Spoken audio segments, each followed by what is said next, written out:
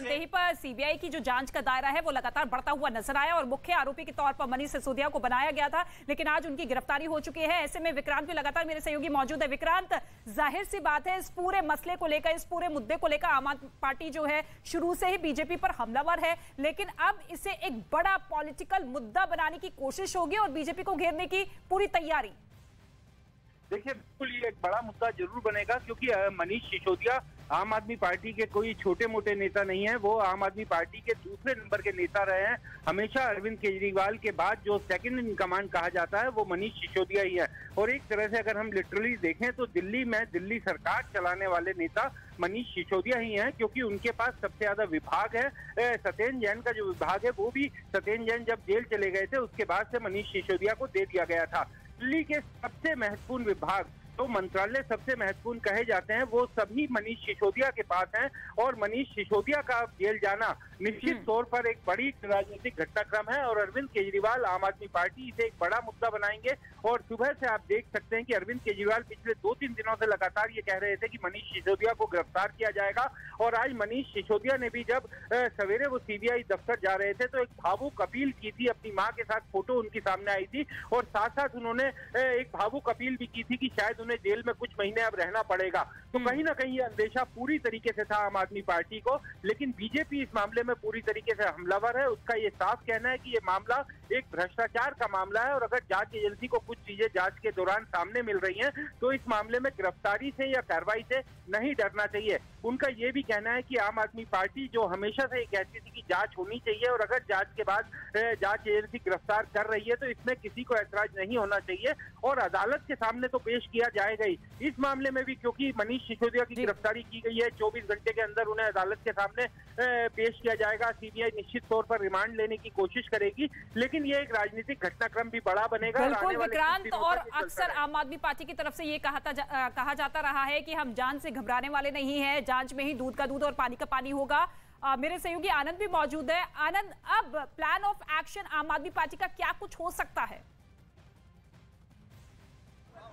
जी देखिए, जिस तरह से विक्रांत जी बता रहे हैं, बिल्कुल दिल्ली की राजनीति के लिए एक बड़ा मुद्दा बनेगा, क्योंकि लगातार आम आदमी पार्टी लगातार ये कहती आ रही थी कि मनीष सिसोदिया को परेशान करने की कोशिश की जा रही है। जो दिल्ली के बच्चे हैं जिनके लिए अच्छा काम मनीष सिसोदिया कर रहे हैं, ऐसे मंत्री, ऐसी सरकार को एजेंसी जो है वो परेशान कर रही है, एजेंसी का इस्तेमाल जो है वो सरकार कर रही है। वहीं बीजेपी लगातार पलटवार थी। आज भी हमने देखा कि लगातार कई दौर की प्रेस कॉन्फ्रेंस आम आदमी पार्टी की तरफ से की गई। संबित पात्रा ने भी प्रेस कॉन्फ्रेंस की और लगातार इसके पहले भी जब मनीष सिसोदिया या इससे जुड़े लोगों के नाम सामने आए, जब हमने सबसे पहले जब ये आबकारी नीति में एफआईआर दर्ज हुई थी, उसके बाद जिस तरह से जो दिल्ली के कई अधिकारी थे, आईएएस अधिकारी थे जो इस पॉलिसी से जुड़े थे, उनके ठिकानों पे जब छापे पड़े और उसके बाद जब मनीष सिसोदिया के घर पे एक सर्च ऑपरेशन जो है वो सीबीआई ने किया, वहां से कुछ इलेक्ट्रॉनिक गैजेट जो हैं उनकी पड़ताल की गई। उसके बाद अभी हाल ही में मनीष सिसोदिया का जो दिल्ली सचिवालय में दफ्तर है वहां पर सीबीआई की टीम पहुंची थी एक सीआरपीसी का नोटिस लेके, और वहां पर उन्हें कुछ जानकारी हासिल करना था। वो जानकारी उन्होंने कुछ कागजात हैं जो वहां से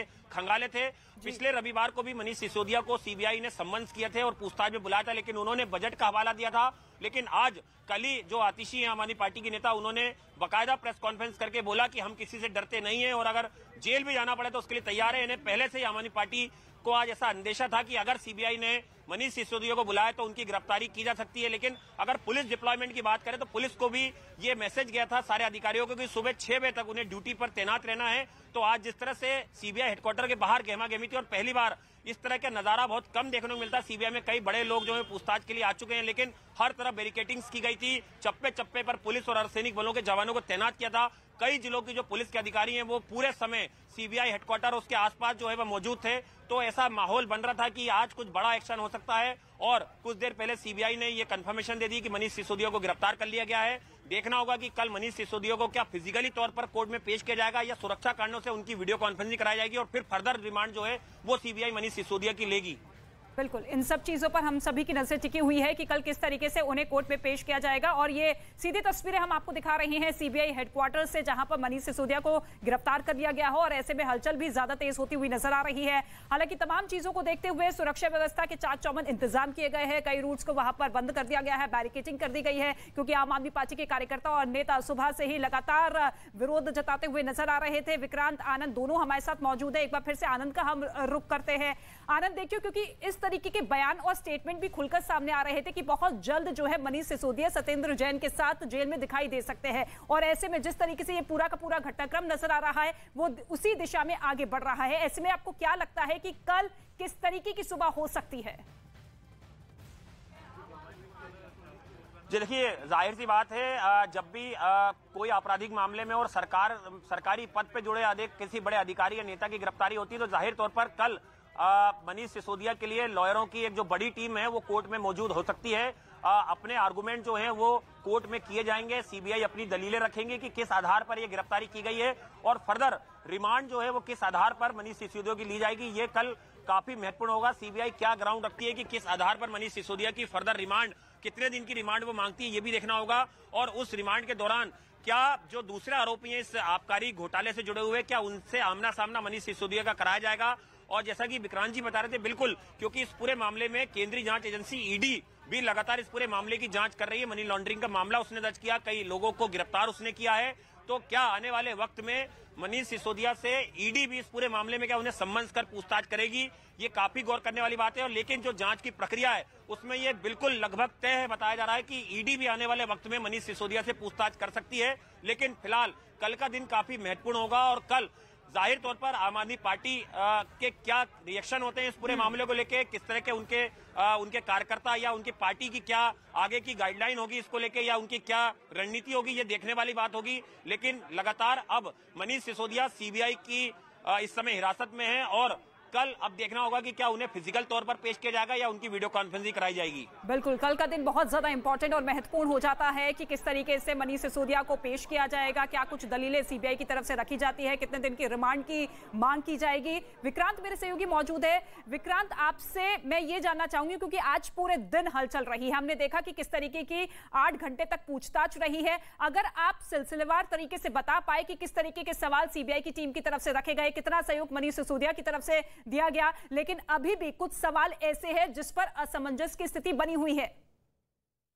देखिए, बिल्कुल मामले में क्योंकि मनीष सिसोदिया की गिरफ्तारी की गई है, एक जो बड़ी चीज सामने आ रही है कि अभी सीबीआई ये बताएगी कि आखिर उनकी गिरफ्तारी किस मामले में की गई है, क्योंकि क्या जो एफआईआर दर्ज की गई थी उस मामले में दर्ज की गई है, या फिर कुछ ऐसी जानकारी भी आ रही है कि सबूत मिटाने के आरोप में उनकी गिरफ्तारी की गई है। क्योंकि मनीष सिसोदिया के ऊपर सीबीआई का यह आरोप था कि उन्होंने जब ये मामले का खुलासा हुआ उसके बाद कई मोबाइल फोन नष्ट किए गए और उनके सहयोगी और उनके फोन बदले गए, कई फोन बदले गए, सिम कार्ड बदले गए। तो या फिर किस मामले में उनकी गिरफ्तारी की गई, क्या सबूत मिटाने का आरोप उनके ऊपर है, या फिर एक्साइज घोटाले का जो मुख्य केस है उस मामले में उनकी गिरफ्तारी की गई। ये सब चीजें जांच एजेंसी साफ करेगी। लेकिन अभी के लिए ये बड़ी खबर है कि मनीष सिसोदिया की गिरफ्तारी हो गई है और निश्चित तौर पर अब सीबीआई को कोर्ट में ये बताना होगा, क्योंकि उनकी गिरफ्तारी हुई है तो 24 घंटे के अंदर कोर्ट में पेश किया जाएगा। गिरफ्तारी के बाद ये बताना पड़ेगा कि मनीष सिसोदिया को क्यों गिरफ्तार किया गया, उनके ऊपर क्या क्या आरोप लगे हैं, किस मामले में उन्हें गिरफ्तार किया गया और क्या अब तक की जांच में सीबीआई ने पाया। ठीक है, लौटेंगे आपके पास। आनंद का हम रुख कर लेते हैं। आनंद, देखिए, सीबीआई की तरफ से तो पूरी तैयारी की जा रही है कि किस तरीके की दलीलें कल कोर्ट में रखी जाए, लेकिन आम आदमी पार्टी, ठीक है, लौटेंगे आपके पास, लेकिन तस्वीरें भी लगातार आप देखते